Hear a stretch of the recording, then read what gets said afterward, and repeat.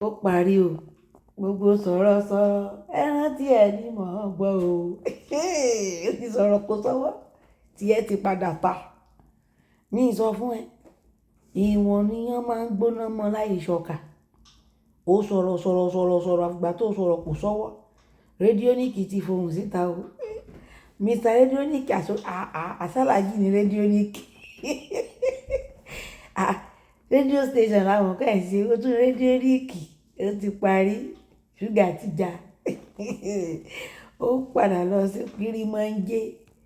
kirimanjé tó máa tán pé kirimanjé ẹ̀wọ̀n ní jẹ́ bẹ́ẹ̀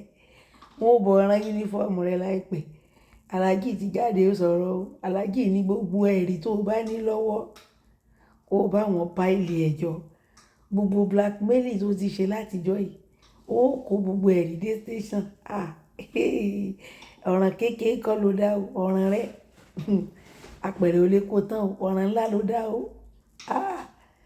aláàjì Oriyomi mo ṣẹ̀ṣẹ̀ tún mọ̀ pé ẹ ti ní orúkọ mọ́ orúkọ ni àsẹ́yìn ní rédíóníkì. Rédíóníkì is actually not doing bad but ó wà sympathetic apologist àwọn tí ó ń ṣe aburú ni màá sì rán yín létí nǹkan kan lónìí tí ẹ bá rántí ìgbà kan tí bàbá kan ti ń pè ní Bùnmi tí ó wá sí ilẹ̀ Ìbàdàn láti apá òkè ọya àbá òun ṣe rún bí kankan fọwọ́ báyìí kíní kan Bùnmi ní ẹ pè ó wá sí òkè Ìbàdàn bíi tí àwọn èèyàn ń sọ wípé àwọn ọ̀fẹ́ rú èyí nínú Ìbàdàn kankan igbá kan àwo kankan ǹjẹ́ ẹ mọ̀ wípé rédíóníkì wà lára àwọn tó lọ ṣèpàdé pẹ̀lú ẹ̀ ẹ̀yin ò ní mọ̀ rédíóníkì wà lára àwọn tó lọ.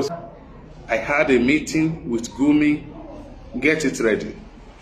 The evidences of where you see me romancing with those people that are destroying our society in the name of religion, get it ready.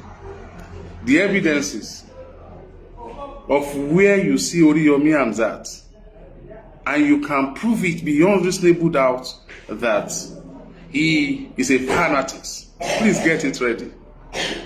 The evidences of where I fought Christians, the evidences of where I fought the traditional believers, please get those evidences ready.